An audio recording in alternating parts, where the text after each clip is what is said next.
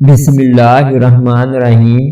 حضرت حنظلہ رضی اللہ تعالیٰ عنہ کہتے ہیں کہ ایک مرتبہ ہم لوگ حضور صلی اللہ علیہ وآلہ وسلم کی مجلس میں تھے۔ حضور صلی اللہ علیہ وآلہ وسلم نے وعظ فرمایا جس سے قلوب نرم ہو گئے اور آنکھوں سے آنسو بہنے لگے اور اپنی حقیقت ہمیں ظاہر ہو گئی۔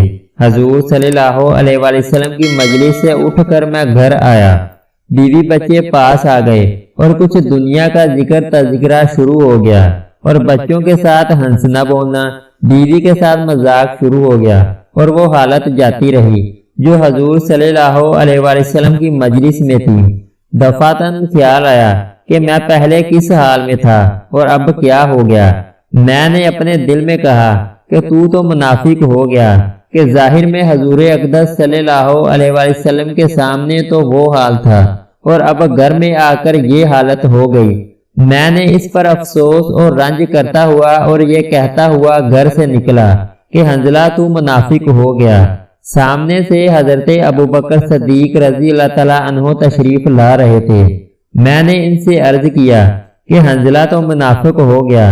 وہ یہ سن کر فرمانے لگے کہ سبحان اللہ، کیا کہہ رہے ہو؟ ہرگز نہیں۔ میں نے صورت بیان کی کہ ہم لوگ جب حضور صلی اللہ علیہ وآلہ وسلم کی خدمت میں ہوتے ہیں اور حضور صلی اللہ علیہ وآلہ وسلم دوزخ اور جنت کا ذکر فرماتے ہیں تو ہم لوگ ایسے ہو جاتے ہیں گویا وہ دونوں ہمارے سامنے ہیں، اور جب حضور صلی اللہ علیہ وآلہ وسلم کے پاس سے آ جاتے ہیں تو بیوی بچوں اور جائیداد وغیرہ کے دندوں میں پھنس کر اس کو بھول جاتے ہیں۔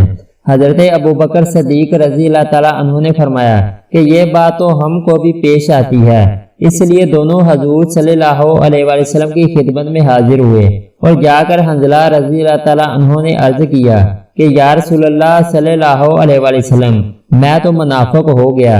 حضور صلی اللہ علیہ وآلہ وسلم نے فرمایا کیا بات ہوئی؟ حنظلہ رضی اللہ تعالیٰ عنہ نے عرض کیا کہ جب ہم لوگ آپ صلی اللہ علیہ وآلہ وسلم کی خدمت میں حاضر ہوتے ہیں اور آپ صلی اللہ علیہ وآلہ وسلم جنت و دوزخ کا ذکر فرماتے ہیں تب تو ہم ایسے ہو جاتے ہیں کہ گویا وہ ہمارے سامنے ہیں، لیکن جب خدمت اقدس سے چلے جاتے ہیں تو جا کر بیوی بچوں اور گھر بار کے دندوں میں لگ کر بھول جاتے ہیں۔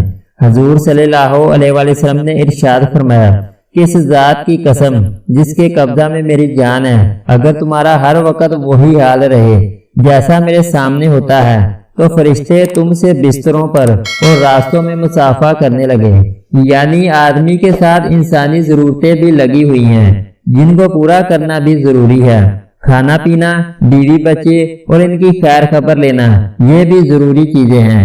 اس لیے اس قسم کے حالات کبھی کبھی حاصل ہوتے ہیں، نہ ہر وقت یہ حاصل ہوتے ہیں اور نہ اس کی امید رکھنی چاہیے۔